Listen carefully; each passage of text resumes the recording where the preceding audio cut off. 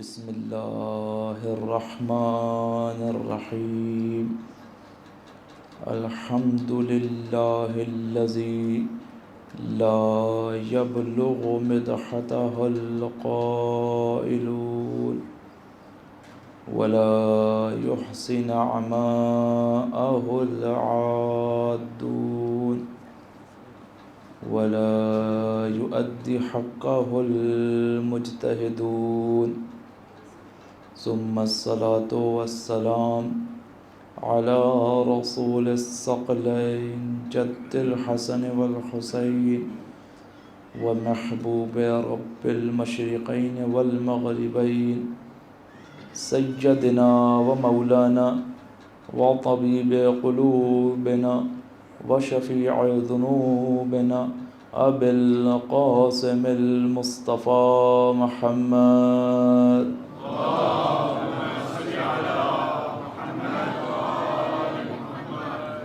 وعلى أهل بيته الطيبين الطاهرين المعصومين المظلومين اللعنة الدائمة على أعدائهم أجمعين من يوم أدائهم إذا وصلوات پڑھیں محمد وآل محمد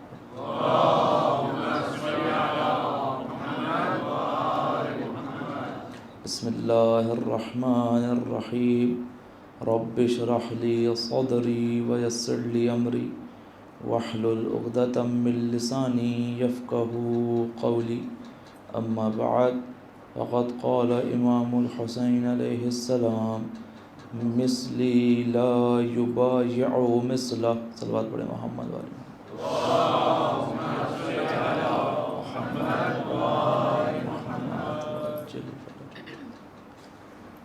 ایک اور جمعہ امام کے ظہور کے بغیر تمام ہوا۔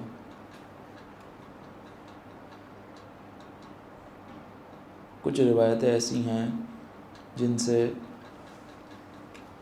یہ ثابت ہوتا ہے کہ روز ظہور امام روز جمعہ ہے، اور انسان کی بالخصوص مکتب تشیع میں رہنے والے ہر فرد کے وجود پر امام کے انتظار کرنے والوں کے انتظار پر ایک سوالیہ نشان ہے کہ جب روز جمعرات آتا ہے اور شب جمعہ آتا ہے، اگلے دن متوقع ظہور امام زمان ہوتا ہے، تو انسان کی کیفیت کیا ہونی چاہیے۔ شب عاشور ہے اور روز جمعہ بھی تمام ہوا، اور امام کا ظہور اس ہفتے بھی نہیں ہوا، کہ جن کو تاریخ میں انتقام مظالم سید زہرا اور انتقام مظالم امام حسین سے یاد کیا گیا ہے۔ ایک ہفتہ اور انتظار کرنے والوں کے لیے سخت ہے کہ وہ کس طرح اگلے ہفتے تک انتظار کریں اور پھر شب جمعہ منتظر ہوں کہ اگلے دن میرا امام آنے والا ہے۔ استاد دانشمند ایران کی ایک معروف خطیب ہے، مشہور و معروف خطیب، وہ واقعہ نقل کرتے ہیں ایک جوان کا، بے تحاشا گریہ کر رہا ہے، کانپ رہا ہے گریہ سے۔ سوال ہوا کیوں کانپ رہے ہو، کیا ہوا؟ بیان نہیں کر پا رہا، حالت غیر ہے۔ جب زیادہ اس سے پوچھا گیا اس کو بٹھا کر، تو کہتا ہے کہ میں گھر میں موجود تھا اور انٹرکام پہ بیل بجی، یقیناً سنا ہوگا آپ نے واقعہ۔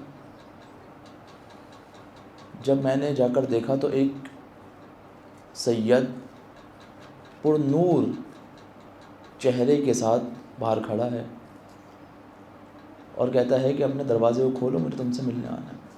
کہا آپ کون؟ کہا میں تمہارے وقت کا امام۔ کہتا ہے مولا بس 2 منٹ۔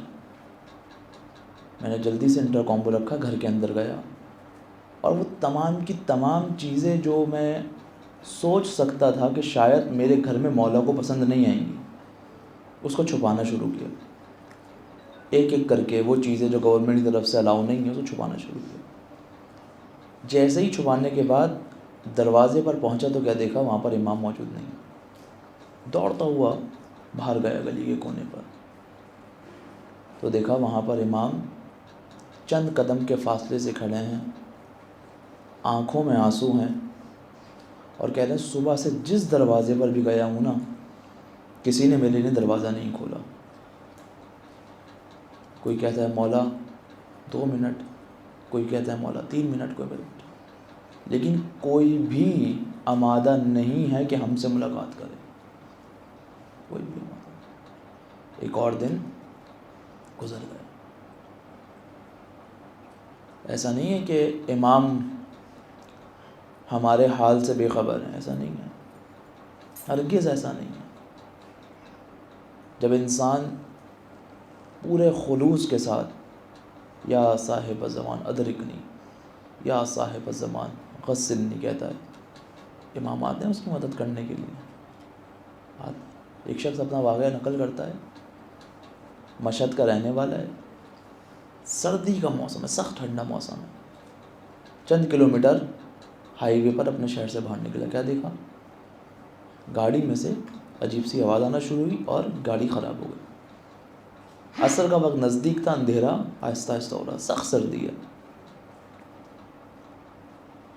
کہا اس پریشانی کے حالات، میں نے کہا کیا کروں، میں نے پہلے تو زیادہ پریشانی ہے، کیونکہ مجھے کام کرنا آتا تھا گاڑی کا، میں نے کہا ٹھیک کر دوں گا میں اس کو۔ میں اوزار لے کے اترا، گاڑی ٹھیک کرنے کی کوشش کی، لیکن جو کچھ میں نے تصور کیا تھا کہ میری گاڑی میں پرابلم ہوگی وہ مسئلہ نہیں تھا۔ جو چیز میں نے دیکھی گاڑی بالکل صحیح۔ اب میں پریشان، میں نے کہا مدد دوں۔ سردی کا عالم، رات کا وقت، اب اس روڈ پہ گاڑیوں نے آنا جانا بھی ختم کر دیا۔ میں گاڑی کے اندر بیٹھا، شیشے چڑھائے، سخت سردی کا عالم ہے۔ 1 یا 2 گھنٹے گزرے، اب میری حالت ایسی ہو گئی کہ اگر اب کوئی میری مدد کرنے نہیں آیا تو اس سردی کے عالم میں مر جاؤں گا۔ کسی عالم سے اس نے مجلس میں سن رکھا تھا کہ جب کسی مشکل میں پھنس جاؤ اپنے وقت کے امام کو یاد کرنا، ضرور مدد ملے گی۔ کہا میں متصل ہوا خدا سے، اے خدا وعدہ کرتا ہوں کہ آج کے بعد اپنی نماز کو تاخیر سے نہیں پڑھوں گا، اول وقت پڑھوں گا۔ اے خدا وعدہ کرتا ہوں وہ جو فلاں گناہ میں مشغول ہوں اس گناہ کو ترک کر دوں گا، میری مدد کر۔ امام زمانہ سے متصل ہوا، یا صاحب زمانہ ادرکنی۔ کہا کچھ وقت گزرا تھا، میں نے دیکھا ایک شخص ہاتھ میں اوزار لیے چلا آ رہا ہے۔ میں نے گمان کیا کہ شاید یہ کوئی اور شخص ہے جس کی گاڑی بھی ہائی وے پہ خراب ہو گئی۔ میرے نزدیک آیا، میں نے شیشہ اتارا، سب سے پہلے سلام کیا، وعلیکم السلام۔ کہا کیا ہوا؟ کہا میری گاڑی خراب ہو گئی۔ کہا کھولو میں چیک کرتا ہوں۔ کہا میں غور سے دیکھ رہا تھا یہ شخص کیا کر رہا ہے، لیکن جتنا بھی میں نے غور سے دیکھا، سوائے گاڑی کے اوپر اپنا ہاتھ رکھا اور کہا اب اسٹارٹ کر دیکھو۔ میں نے اسٹارٹ کیا، گاڑی شروع ہوئی۔ پھر میرے دل میں آیا کیا فائدہ گاڑی ٹھیک ہونے کا، اتنی سخت سردی ہے، برف گر رہی ہے، چند قدم چلے گی پھر گاڑی خراب ہو جائے گی۔ اس شخص نے کہا فکر نہیں کرو، تمہیں تمہارے گھر تک پہنچا دے گی۔ میں حیران ہوں، کون ہے شخص؟ بہرحال میں نے اس سے کہا چلو ہم تمہاری گاڑی بھی ٹھیک کر دیں۔ کہا نہیں، مجھے تمہاری مدد کی ضرورت نہیں۔ میری جیب میں کچھ پیسے تھے، میں نے کہا اچھا کتنے پیسے چاہیے، تم نے میری جان بچائی ہے، جو بولو گے میں تمہیں عطا کروں گا۔ نہیں، کہا مجھے تمہارے پیسوں کی ضرورت نہیں ہے۔ کہا یہ میرے ضمیر کی انہیں ملامت ہے کہ کوئی شخص میری جان بچائے، نہ میں اس کی مدد کروں نہ اس کو پیسہ، تو کیسے ممکن ہے؟ یہ میری ضمیر کی انہیں ملامت ہے۔ کہا ضمیر کی ملامت کہتے کس کو ہیں؟ کہا جو شخص اپنے عہد کے اوپر پورا نہ اترے، یہ در حقیقت اس کے لیے ملامت ہے۔ کہا وہ شخص مسکرایا اور میری طرف دیکھ کر کہا کہ جو تم نے ابھی عہد کیا ہے نا کہ اپنی نماز کو اول وقت پڑھو گے اور اپنے اس گناہ کو چھوڑ دو گے، اس کام کو انجام دو، ہم راضی ہیں تم سے۔ ہاں میں چاہتا تھا کہ گاڑی سے اتر کر فوراً قدموں میں گر جاؤں کہ مولا اتنی بے ادبی کی کہ آپ آئے، اپنی گاڑی سخت سے نہیں اترا میں آپ کے احترام کے اندر، مجھے معاف کر دیجیے. لیکن چند ہی وقت گزرا کہ وہ شخص میری آنکھوں کے سامنے سے اچھل ہو گیا. عزیزو، جمعہ بھی ہے، شب عاشور بھی ہے، اور جس امام کا ہم انتظار کر رہے ہیں وہ حسین زمان ہے. ایسا نہ ہو کہ ہمارے عمل میں کوئی کوتاہی رہ جائے. کبھی انسان سوچے تو نا کہ مولا ہم وہ ہیں کہ جس کی وجہ سے آپ کی آنکھوں میں آنسو آتے ہیں. روایت کے جملے ہیں. ہر شب پیر یا ہر شب جمعہ ہمارے نام اعمال امام زمانے کے سامنے پیش کیا جاتا ہے. ہر شب جمعہ کچھ کے اعمال دیکھ کر امام مسکراتے ہیں اور کچھ کے اعمال دیکھ کر امام کی آنکھوں میں آنسو آتے ہیں. دعا کریں کہیں ایسا نہ ہو کہ ہمارے اعمال امام کی آنکھوں میں آنسو لے کر آئیں. وہ مقصد جو کربلا کا ہے اس کو سمجھیں، اور آج عہد کر کر اٹھیں کہ مولا ایک یہ کام کم از کم میں اپنی زندگی میں انجام دوں گا.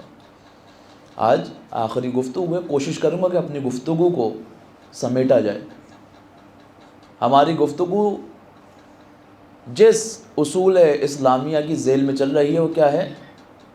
امر بالمعروف اور نہی از منکر، یعنی اچھائی کی طرف دعوت دینا اور برائی سے روکنا. مسلسل قرآن کی آیات، اہل بیت کی احادیث، پیغمبر کی احادیث آپ کے سامنے بیان کی. یہ کتنا امپورٹنٹ اصول ہے اسلام کے اندر جسے بھلا دیا گیا تھا. لیکن جو امام نکل رہے ہیں اور کہہ رہے ہیں کہ میں امر و نہیں کرنے جا رہا ہوں، خود کربلا کے اندر ہی کتنا موجود ہے. خود کربلا کے واقعے میں جو امام کہہ رہے ہیں کہ میں اس کے لیے نکل رہا ہوں، کتنی تاثیر کربلا میں اس کی موجود ہے. آپ دیکھیں روز عاشور تمام افراد شہید ہو چکے ہیں، تمام. امام تنہا ہیں. سوار ہو کر جب مقتل میں جاتے ہیں اس وقت بھی کہتے ہیں کہ دیکھو میں تمہیں ہدایت دینے آیا ہوں، ابھی بھی وقت ہے. کس سے کلام کر رہے ہیں امام؟ علی اکبر کے قاتل سے کلام کر رہے ہیں. کس سے کلام کر رہے ہیں؟ ان اشقیاء سے کلام کر رہے ہیں، ان ظالموں سے کلام کر رہے ہیں کہ جو امام کے گھر والوں کے قاتل ہیں، جو خود امام دیکھ رہے ہیں مسلسل. کیا کہہ رہے ہیں؟ میں تمہاری ہدایت کے لیے آیا ہوں. دیکھو ابھی بھی وقت ہے،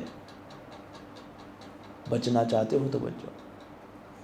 اور یہ سلسلہ امام کی شہادت کے بعد بھی رکا نہیں ہے. اب جناب زینب اور حضرت سجاد کا جو امتحان ہے وہ ایک نئے مرحلے کے اندر داخل ہوا ہے. ایسا نہیں امتحان ختم ہو گیا. پوری کربلا میں آپ کسی بچے کی زبان سے بھی کوئی ایسا جملہ نہیں دکھا سکتے جو تسلیم ہو جائے یزیدیت کے مقابلے پر. نہیں دکھا سکتے. کسی بچے کی زبان پر بھی ایک لفظ ایسا نہیں آیا. بھوک کی شدت ہے، پیاس کی شدت ہے، مظالم کی انتہا ہے، لیکن کوئی ایک ایسا جملہ نہیں آیا جو یزیدیت کے مقابلے پر کیا ہو، ہیہات من الذلہ. اور مختلف مقامات پر انشاءاللہ آنے والے وقت میں آپ کے سامنے بیان کروں گا بی بی زینب کا خطبہ دربار ابن زیاد میں، کہ جب اہل بیت داخل ہوئے، بیویوں کو، بی بی زینب کو باقی بیویوں نے اپنے جھرمٹ میں لیا ہوا ہے. ابن زیاد کی نگاہ پڑی، یہ بیوی کون ہے؟ پہچان گیا تھا لیکن بغرض توہین کہتا ہے کہ یہ کون ہے؟ کسی نے جواب نہیں دیا. دوسری بار سوال کیا یہ بیوی کون ہے؟ تو کسی نے جواب دیا یہ علی کی بیٹی زینب ہے. تو پھر تنزیہ انداز میں کہتا ہے کہ دیکھو کس طرح خدا نے تمہیں رسوا کر دیا. کیا کہہ رہی ہیں بی بی زینب پلٹ کر؟ اچھا کیوں بی بی کو ہی مخاطب کیا؟ کیوں سید سجاد کو مخاطب نہیں کیا؟ کیوں؟ کیونکہ جانتا ہے خواتین احساساتی زیادہ ہوتی ہیں. خواتین کے اندر مردوں کی نسبت ایموشن زیادہ پائے جاتے ہیں. چاہتا ہے کہ بیوی کو اکسائے، کوئی ایک لفظ ایسا بیوی کی زبان سے نکل جائے کہ یہ اپنے ہدف میں کامیاب ہو جائے. بعد میں پھر پروپیگنڈا کہ دیکھو علی کی بیٹی نے خود کہہ دیا کہ ہاں خدا نے ہمیں رسوا کر دیا. علی کی بیٹی نے خود کہہ دیا کہ دیکھو خدا نے ہمارے اوپر ظلم کر دیا. لیکن تاریخ نے ایسا جواب اس سے پہلے نہ دیکھا تھا نہ اس کے بعد کبھی دیکھا ہے. وہ بیوی کے جس کے سامنے اس کے 18 بھائی بھتیجے بھانجے گھر والوں کو شہید کیا ہو، وہ بھی کیا کہتی ہے؟ ما رأیت الا جمیلا، میں نے حسن و جمال کے سوا کچھ دیکھا ہی نہیں ہے. اللہ، حسن و جمال کے سوا کچھ نہیں. یہ وہ چیز ہے جو لوگوں کو اہل بیت کے نزدیک لے کر آتی ہے. اے بی بی، حسن و جمال کے سوا کچھ نہیں دیکھا؟ ہاں، اگر مرضی خدا شامل ہے تو وہ حسن کے سوا کچھ ہو ہی نہیں سکتا. کیوں؟ کیونکہ خدا کبھی سختی سے آزماتا ہے اور کبھی آسانی سے آزماتا ہے. اور یہ جو ہمارے ذہن میں بعض اوقات آتا ہے، یہ جو آسانی والی آزمائش ہے نا، اس کو ہم آزمائش تصور ہی نہیں کرتے، اس کو ہم امتحان تصور ہی نہیں کرتے. ہم فقط سختی والے امتحان کو امتحان تصور کر رہے ہوتے ہیں. کیوں؟ کسی کا ہاتھ ٹوٹ جائے، کوئی گر جائے، کسی کا کوئی قریبی مر جائے، وہ ہمیں امتحان لگتا ہے. لیکن اگر کسی کا فراوانی نعمت آ جائے، بہت پیسہ آ جائے، بہت شہرت آ جائے، اب یہ ہم سمجھ رہے ہوتے ہیں کہ شاید خدا اس سے بڑا راضی ہے جو اس کو اتنا نوازا ہے، جبکہ برعکس ہے. خدا کبھی دے کر آزماتا ہے، کبھی لے کر آزماتا ہے. اب خدا نے یہ چاہا ہے اس کی آزمائش کو دے کر کرے، نہ یہ کہ اس سے لے کر. کیا کیا خدا نے؟ کہا ہم نے تمہارے رزق میں تمہارے بھائی کے مال کو بھی شامل کر دیا. اب ہم دیکھنا چاہتے ہیں کہ تم اس کو پہنچاتے ہو نہیں پہنچاتے. تمہارے نزدیک جو فلاں یتیم رہتے ہیں نا، ہم نے تمہارے رزق میں اس کا مال بھی شامل کر دیا. اب ہم دیکھنا چاہتے ہیں کہ تم ان یتیموں کے سر پہ ہاتھ رکھتے ہو یا نہیں رکھتے. یہ امتحان سختی والے امتحان سے زیادہ سخت ہے. کیوں؟ کیونکہ انسان کے ذہن میں گمان یہ ہوتا ہے کہ شاید خدا مجھ سے راضی ہے. کیوں میرے کو مشکل ہی نہیں آ رہی. نعمت فراوانی نعمت ہے، جبکہ یہ فراوانی نعمت خود ایک امتحان ہے کہ اس کو صحیح جگہ پر کس طریقے سے یوٹیلائز کیا جائے. یہی اہل بیت نے ہمیں بتایا. لیکن آپ دیکھیں بی بی کا وہ خطبہ، پھر اس کے بعد سید سجاد کا خطبہ بازار شام میں. کس عالم میں؟ سخت علیل ہیں. اب بہرحال یہ ایک عجیب حساس موضوع ہے، لیکن بہرحال ذکر ہونا چاہیے کہ ہم نے جو حضرت سجاد کو بیمار کربلا کا لقب دے دیا ہے، یہ لقب آپ کو کسی مقتل میں نظر نہیں آئے گا. کسی عربی کے اندر یہ لقب موجود نہیں ہے. کہاں کہاں ہے یہ لقب؟ یا تو فارسی زبان میں ہے یعنی ایران میں ہے، یا بر صغیر میں پاکستان اور ہندوستان میں فقط. کسی اور زبان میں یہ لقب موجود نہیں ہے حضرت سجاد کے لیے. کیوں؟ کتنے عرصے کے لیے مریض رہے. ہم نے اب تصور تو کریں کیسی توہین ہے امام کے لیے یہ کہ ان کی قبل از کربلا کی زندگی اور کربلا کے بعد کی ساری زندگی کو اگنور کر کے سوائے وہ 10 یا 12 دن جس میں امام مریض رہے ہیں، وہ بھی حکمت الہی کی وجہ سے ہم نے اس کو پکڑ لیا. نہیں، امام دیکھیں امام نے کربلا کو آگے پہنچایا کیسے ہے. یہاں تک کہ کچھ روایت میں جب اسیری سے واپس چھٹ کر مدینے پہنچے ہیں، راستے کے اندر ہی امام صحیح ہو چکے ہیں. مدینے میں جب پہنچے ہیں تو امام مریض نہیں ہے. اب نہ اس سے پہلے امام کی زندگی میں ایسا کچھ ملتا ہے، نہ اس کے بعد ایسا کچھ ملتا ہے. چند عرصے کے لیے، وہ بھی ایک خاص حکمت کے تحت ہے، ایک خاص وجہ کے تحت ہے. بہرحال یہ جو عمل بالمعروف ہے، اس کے اندر 2 چیزیں علماء بیان کرتے ہیں کہ یہ کب ہوگا. 2 چیزیں. پہلی چیز، یہ جب واجب ہوتا ہے، جب انسان کو یقین ہو کہ اس کی بات جو ہے وہ تاثیر رکھے گی. ایک ایسا مقام ہے کہ جہاں پر اس کو یقین ہے کہ اس کی بات تاثیر نہیں رکھے گی، جب اس کے اوپر عمل بالمعروف واجب نہیں ہے، ضرورت نہیں ہے کرنے کی. اور ایک لاجیکل سی بات ہے، انسان جانتا ہے ایک مقام ایسا ہے کہ جہاں پر ایسے افراد موجود ہیں جو اس کی بات نہیں مانیں گے، وہ وہاں کہنے کی ضرورت ہی نہیں ہے. یہ والی جو سوچ تھی کہ جو بھی حال ہو ہم نے کرنا ہے، یہ خوارج کی سوچ تھی. خوارج کیا کرتے تھے؟ ہماری بات کا اثر ہو یا نہ ہو، ہم نے سختی سے ہی پیش آنا ہے اور ہم نے ہر صورت امر بالمعروف بھی کرنا ہے، نہی عن المنکر بھی کرنا ہے، یہاں تک کہ اپنے اس کے اندر اتنے سخت ہو گئے تھے کہ مولا کائنات کے اوپر انہوں نے کفر کا فتویٰ لگایا۔ جنگ صفین کے بعد انشاءاللہ کبھی موقع لگا تو آپ کے سامنے ڈیٹیل سے بیان کروں گا۔ ہماری ایک اور مشکل بھی یہ ہے، ہم جنگ فقط اور فقط اتنی بیان کرتے ہیں جتنی امام علی کا پہلوانی پہلو ہمیں نظر آئے۔ ہم جنگی تاریخ پڑھتے ہی نہیں ہیں کہ کیا ہوا، یہ جنگ کیوں ہوئی۔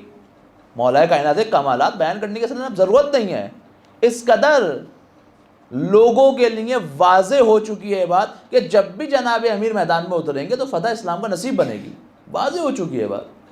جنگ صفین ہو، خندق ہو، احد ہو، خیبر ہو، کتنی جنگیں ایسی گزری ہیں، جب مولا کائنات کے ہاتھ میں علم آیا اسلام کو فتح نصیب ہوئی ہے۔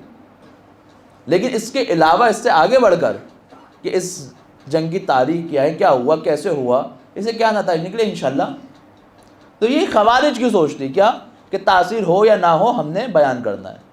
اسلام اس بات کو نہیں مانتا، جب تاثیر ہو جب ہی بات بیان کی جائے۔ دوسری شرط امر بالمعروف کی قدرت ہے، یعنی انسان کے پاس اتنی قدرت ہونی چاہیے کہ اس کو بہترین انداز میں انجام دے سکے۔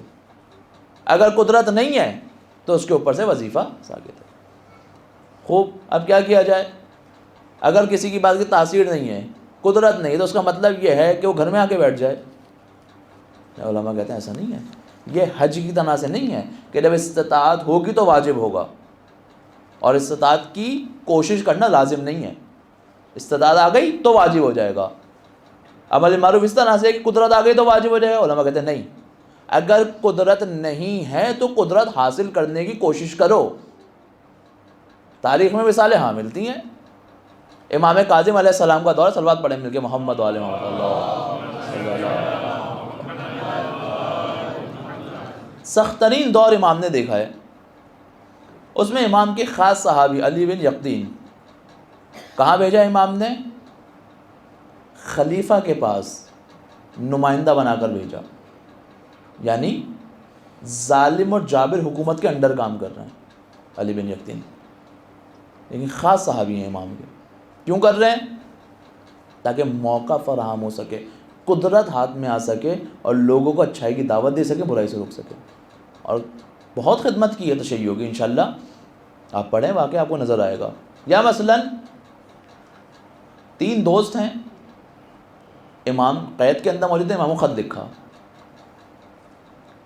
مشکل حالات ہیں، سخت حالات ہیں، جواب دینا سخت ہے۔ امام نے جواب دیا اپنے خون سے لکھ کر، جیم امام کاظم کے دور میں۔ 3 دوست کون ہیں؟ جس میں سے ایک معروف ہیں، 2 کے نام ہمیں نہیں معلوم۔ جو معروف ہیں ان کو بہلول دانہ کہا جاتا ہے، ان کے 2 دوست ساتھی اور ہیں۔ امام سے اپنا وظیفہ پوچھا کہ آپ اندر ہیں، ہم کیا کریں، ہمارا کیا رول بنتا ہے؟ کچھ جواب نہیں آیا، پیپر پہ کیا لکھا ہوا؟ جیم، وہ بھی خون سے، پریشان ہوں کیا کریں۔ تینوں کھڑے ہوئے، کیا کیا جا سکتا ہے؟ ایک نے جیم سے جبل مراد لیا، یعنی پہاڑیوں میں چلا گیا۔ ایک نے جیم سے جلا وطنی مراد لیا اور شہر چھوڑ کے چلے گئے۔ تیسرے جو کہ بہلول دانہ تھے، جیم سے کیا مراد لیا؟ جنون مراد لیا، اور کیا کیا؟ مجنون بننے کی ایکٹنگ کی، اور اہل بیت کے مقام کو اور عمل بالمعروف کو معاشرے کے اندر عام کیا۔ تاریخ پڑھیں آپ کو ملے گا، کتنے واقعات آپ کو بہلول دانہ سے نقل ملیں گے، جبکہ ظاہری طور پر لوگ کہہ رہے ہیں تو دیوانہ ہے۔ کیوں؟ کیونکہ انہوں نے اپنا وظیفہ یہ سمجھا کہ آج کھل کر میں بیان نہیں کر سکتا، لیکن جس طریقے سے بھی بیان کیا جائے مجھے لوگوں کو اچھائی دعوت دینی ہے۔ بے تحاشا واقعات، مناظرے ہیں امام کے، ابھی وقت نہیں آپ کے سامنے بیان کروں۔ تو بہرحال یہ اس طرح سے نہیں ہے کہ انسان جو ہے وہ تحقیق نہ کرے۔ جیسا مثلا ایک گلاس رکھا ہوا ہے، انسان کو نہیں معلوم کہ اس کے اندر جو پانی ہے نجس ہے یا پاک ہے، کہا تمہارے لیے پاک ہے، مسئلہ نہیں پی سکتے ہو۔ تحقیق کی ضرورت ہے؟ نہیں، تحقیق کی ضرورت نہیں ہے۔ اگر نہیں معلوم تو کیا ہے؟ پاک ہے۔ تحقیق کریں نہیں کرو کوئی مسئلہ نہیں، پی سکتے ہو۔ کیا یہ اسی طریقے سے انسان کہے کہ میں اگر کوئی بات کروں گا اثر نہیں رکھے گی، پتہ نہیں رکھے گی نہیں رکھے گی، بس مجھ پہ واجب نہیں ہے؟ نہیں، ایسا نہیں ہے۔ اگر نہیں پتہ تو اس کے اندر تمہیں تحقیق کرنے کی ضرورت ہے۔ جاؤ کوشش کرو اور دیکھو کہ میری بات اثر رکھے گی یا نہیں رکھے گی، اور اگر یہ سمجھتے ہو نہیں رکھے گی تو ان اقدامات کو انجام دو جو تمہیں اس قابل بنائے کہ تمہاری بات اثر رکھے۔ ایک آخری حدیث اور آپ کی زحمت ہے تمام، اصول کافی کی حدیث ہے، بہرحال متن بہت لمبا ہے اس لیے صرف ترجمے سے آپ کے سامنے بیان کروں گا۔ فرماتے ہیں کہ آخری زمانے میں لوگ جو ہے وہ ریاکار ہو جائیں گے، دکھاوا کریں گے، عبادات سے زیادہ دکھاوے کی عبادت ہوگی، اور فرار کریں گے اس چیز سے کہ ان کو امر اور نہیں نہ کرنا پڑے، فرار کریں گے، بھاگیں گے اس چیز سے، جبکہ یہ نماز ہی پڑھ رہے ہوں گے اور روزے بھی رکھ رہے ہوں گے۔ انتہائی احمق ہیں یہ افراد، اور انہوں نے افضل ترین عبادت کو چھوڑ دیا۔ مولا نماز پڑھ رہے ہیں، روزہ رکھ رہے ہیں، حج کر رہے ہیں، خمس دے رہے ہیں، زکوٰۃ دے رہے ہیں، نہیں، افضل ترین عبادت کو چھوڑ دیا۔ وہ کیا ہے؟ وہ امر و نہیں ہے۔ کیوں؟ اس سے کیا ہوگا؟ یہ وہ عبادت ہے جو انبیاء کا راستہ ہے۔ سارے انبیاء آپ دیکھیں، 1,24,000 انبیاء کس لیے آئے؟ اس لیے یہ وہ راستہ ہے جو معاشرے کے اندر عدالت کو قائم کرتا ہے، یہ وہ راستہ ہے جو صالحین لوگوں کا راستہ ہے، بس اس کو انجام دو۔ اتنی عجیب بات ہے، تمام کام انجام دے رہے ہیں۔ امام کہہ رہے ہیں کہ اگر امر اور نہیں سے فرار کر رہے ہیں، احمق ہیں یہ، ریاکار ہیں یہ، اصول کافی کی حدیث ہے، متن کافی لمبا ہے۔ بہرحال انسان کبھی دیکھے کہ کتنے سخت حالات اور اقدام امام اس لیے کر رہے ہیں۔ متصل ہو، شب جمعہ بھی ہے، شب عاشور بھی ہے، اپنے دل کو نرم کرنے کے لیے اس گریے کو انجام دیں۔ آپ کا ایک ایک آنسو آپ کو امام زمانہ سے نزدیک لے کے جا سکتا ہے۔ یہ لفاظی نہیں ہے۔ استاد علی ایک روایت نقل کرتے ہیں اور فرماتے ہیں کہ 2 چیزیں انسان کو امام زمانہ سے نزدیک کرتی ہیں، 2 چیزیں تیزی سے امام کے نزدیک لے کے جاتی ہیں۔ کون سی 2 چیزیں؟ کہتے ہیں پہلی چیز یہ کہ اگر کوئی شخص کسی مجبور کی مدد کرے، یہ امام کو بڑی پسند ہے، اور یہ انسان کو اس کے وقت کے امام کے ساتھ متصل کرتی ہے۔ کیا بتائی پہلی چیز؟ کسی مجبور کی مدد کرے۔ دوسری جو تیزی سے انسان کو امام زمانہ سے ملا دے گی، کہا دوسرا یہ ہے کہ انسان امام حسین کے اوپر گریہ کرے۔ جتنا زیادہ امام حسین کے لیے گریہ ہوگا، اتنا تیزی سے امام زمانہ کے نزدیک جائے گا، اتنا تیزی سے۔ عزیزو، آج شب عاشور ہے، آج مصائب سننے کی نہیں بلکہ اس کو سوچنے کی اور محسوس کرنے کی شب ہے۔ فقط الفاظ کے منتظر نہ رہیں، بلکہ تصور کریں ان مناظر کو جو آپ سنتے آئے ہیں۔ آج علی اکبر موجود ہیں، آج اون و محمد موجود ہیں، آج قاسم موجود ہیں، آج عباس موجود ہیں۔ کل کی شب ہوگی، نہ قاسم ہوں گے، نہ اون و محمد ہوں گے، نہ علی اکبر ہوں گے، نہ عباس ہوں گے۔ آج شب عاشور ہے۔ امام تمام خیموں کو دیکھتے ہوئے آگے بڑھ رہے ہیں۔ کیا دیکھتے ہیں؟ کسی خیمے میں ایک بی بی اپنے 2 شہزادوں کو لیے بیٹھی ہے کہ دیکھو اون و محمد، کل مجھے سرخرو کر دینا۔ چند قدم آگے بڑھا تو کیا دیکھتے ہیں کہ ام فروہ قاسم کو لیے بیٹھی ہیں کہ دیکھو کل چچا پر سخت وقت آنے والا ہے، تم نے اپنی ماں کو سرخرو کرنا ہے۔ ایک خیمے میں حضرت عباس تمام جوانان بنی ہاشم کو لے کر بیٹھے ہیں۔ وہ کہتے ہیں کہ دیکھو وہ سارے کے سارے انصار ہیں، ہمیں پہلے جنگ کرنے جانا ہے۔ کچھ قدم آگے بڑھا تو کیا دیکھتے ہیں کہ ایک خیمے میں حبیب ابن مظاہر تمام انصار کو لیے بیٹھے ہیں کہ دیکھو وہ اولاد رسول ہے، کہیں ایسا نہ ہو کہ ہم سے پہلے میدان میں جا کر شہید ہو جائے۔ جب تک ہم میں سے کوئی ایک بھی زندہ ہے نا، جب تک اولاد رسول کے اوپر آنچ نہیں آنی چاہیے۔ عجیب منظر ہے، عجیب ماحول ہے۔ مولا نے تمام اصحاب کو جمع کیا اور کہا کہ دیکھو انہیں تم سے کوئی سروکار نہیں ہے، تم لوگ یہاں سے چلے جاؤ۔ تمام اصحاب حیرانی سے امام حسین کو دیکھ رہے ہیں۔ کہا تمہیں یہ خوف ہے کہ تم نے بیعت کی ہوئی ہے، میں تمہارے اوپر سے بیعت کو اٹھا دیتا ہوں، جاؤ چلے جاؤ۔ اچھا اگر تمہیں یہ خوف ہے کہ دوسرے تمہیں دیکھیں کہ تمہیں شرم محسوس ہوتی ہے، لو میں چراغوں کو بجھا رہا ہوں، اندھیرے کا عالم ہے، اب جو جانا چاہتا ہے چلا جائے۔ طارق کہتے اچھا تم ابھی بھی یہ سمجھتے ہو کہ لوگ تم پہ ملامت کریں گے، تو ایک کام کرو، بنی ہاشم میں سے کسی ایک جوان کا ہاتھ پکڑ کر لے جاؤ اور کہہ دینا میں اس کو بچا کر لے کر آیا ہوں، جاؤ چلے جاؤ۔ اچھا جہنم کا خوف ہے، میں تمہیں جنت کی بشارت دیتا ہوں، جاؤ چلے جاؤ۔ موت سا سناٹا ہے پورے خیمے میں۔ ایک شخص کھڑا ہوا، مولا آپ کو چھوڑ کر جائیں تو جائیں کہاں؟ مولا آپ چلے جائیں اور ہم زندہ رہ جائیں۔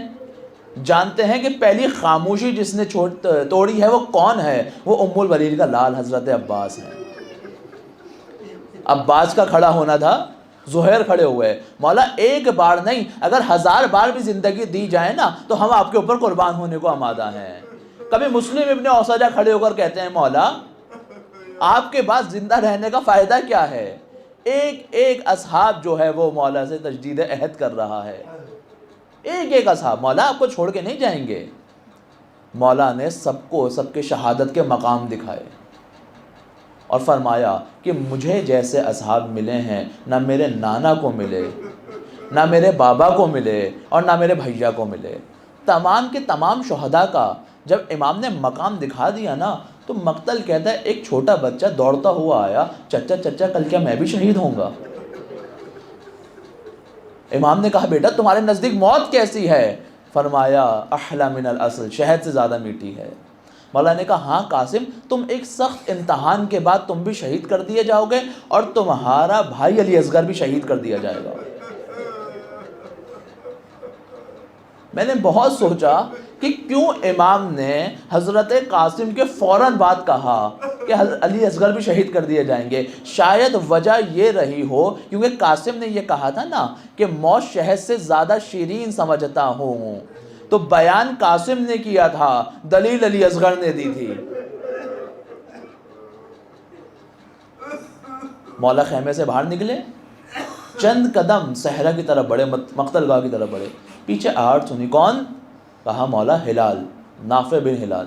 کیوں آئے ہو؟ مولا اس سخت رات میں آپ اکیلے دشمن کی طرف جا رہے تھے، مجھے گوارا نہیں ہوا۔ مولا نے کہا اچھا آؤ نافع، آ گئے ہو تو ہمارے ساتھ چلو، میں تمہیں چند مقامات دکھاتا ہوں۔ ہلال اس مقام کو دیکھ رہے ہو؟ یہ وہ مقام ہے جہاں پر حبیب گھوڑے سے گریں گے۔ چند قدم چلے، ہلال اس مقام کو دیکھ رہے ہو؟ یہ وہ مقام ہے جہاں ہون و محمد گھوڑے سے گریں گے۔ چند قدم اور چلے، پھر دکھایا کہ اس مقام کو دیکھ رہے ہو؟ یہ وہ مقام ہے جہاں قاسم کا لاشا پامال ہوگا۔ ایک بلند مقام دکھایا، کہا نافع یہ مقام دیکھ رہے ہو؟ یہ وہ مقام ہے جہاں میرے علی اصغر کو تیر لگے گا۔ چند قدم چلے، ان مقامات کو دیکھ رہے ہو؟ یہ وہ مقامات ہیں جہاں میرے بھائی عباس کے بازو قلم ہوں گے۔ ایک مقام آیا، مولا تیزی سے آگے بڑھ گئے۔ نافع بن ہلال کہتے ہیں مولا یہ کون سا مقام تھا؟ یہاں پر کسی بیوی کی رونے کی صدا آ رہی تھی۔ اے نافع بن ہلال یہ وہ مقام ہے جہاں میں حسین زین سے زمین پر آؤں گا۔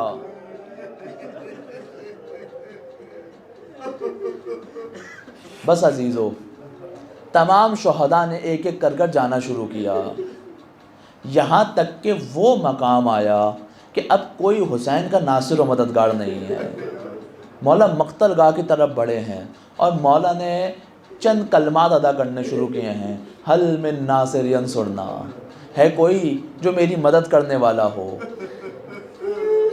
بی بی در خیمہ پر آئیں، مولا نے دیکھا، واپس آئے، اے بہن کیا ہوا؟ بھیا آپ کی آواز میں اتنا درد تھا کہ علی اصغر نے خود کو جھولے سے گرا دیا۔ مولا نے کہا لاؤ علی اصغر کو میرے پاس لے کر آؤ۔ مولا نے اپنے بیٹے کو گود میں لیا اور مقتل کی طرف بڑھے ہیں۔ مولا نے علی اصغر کو اپنی ابا کے نیچے چھپایا اور آگے چلے آ رہے ہیں۔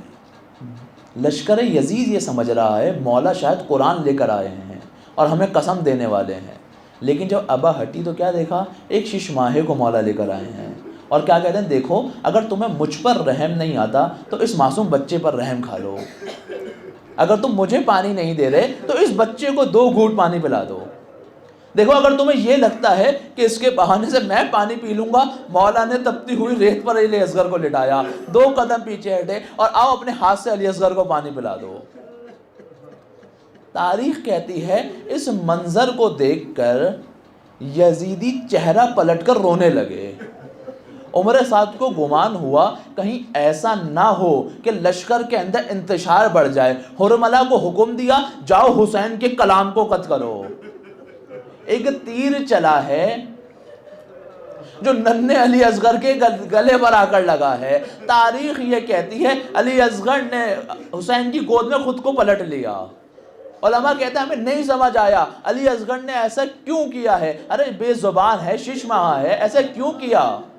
علماء کہتے ہیں مجھے وہ وصیت یاد آ گئی اسماعیل کی، جب ابراہیم اسماعیل کو لے کر جا رہے تھے نا ذبح کرنے کے لیے، تو اسماعیل نے چند وصیتیں کی تھی، اس میں سے ایک وصیت یہ تھی بابا جب میرے گلے کو ذبح کریں نا تو اپنی آنکھوں پہ پٹی باندھ لیے گا، اے بابا جب آپ مجھے ذبح کریں نا تو میرے ہاتھ پیر باندھ دیے گا، کہیں ایسا نہ ہو کہ مجھے تڑپتا دیکھ کر آپ امر الہی سے پیچھے ہٹ جائیں، بابا اب مجھے ذبح کرنے سے پہلے نا میرا کرتا اتار دیے گا، میں نہیں چاہتا کہ میری ماں میرا خون آلود کرتا دیکھے۔ اللہ ارے اللہ، علی اصغر نے حسین کے امتحان کو آسان کر دیا، ارے گود میں خود کو پلٹ دیا، شاید بچہ بھی یہی چاہتا ہو، ارے بابا مجھے اس حال میں نہ دیکھے۔ علی اصغر کو لے کے چلے، عباس کا جنازہ اٹھایا، قدم پیچھے نہیں ہٹے، علی اکبر کا جنازہ اٹھایا، قدم پیچھے نہیں ہٹے، محمد کا جنازہ اٹھایا، قدم پیچھے نہیں ہٹے۔ نہیں معلوم کتنا بھاری جنازہ ہے یہ شش ماہے کا، کبھی آگے جاتے ہیں کبھی پیچھے آتے ہیں، لیکن حسین نے چاہا ہے کم از کم علی اصغر کو دفن کر دے۔ خیمے کے پیچھے گئے، ننھی سی قبر کھودی ہے، علی اصغر کو دفن کیا گیا ہے، عرب اطمینان ہو گیا، کم از کم ایک تو جنازہ ہے جو میں نے دفن کر دیا ہے، لیکن 11ویں شب آئی، لعینوں نے سر گننا شروع کیے، ارے ایک سر کم ہے، ارے کس کا سر کم ہے؟ ارے حسین کے شش ماہے کا سر کم ہے۔ کسی نے کہا میں نے دیکھا تھا خیمے کے پیچھے حسین قبر بنا رہے تھے، ارے بڑے بڑے نیزوں سے صحرا کی ریت میں علی اصغر کو تلاش کیا گیا، یہاں تک کہ ایک علی اصغر کا جسم ایک نیزے کے اوپر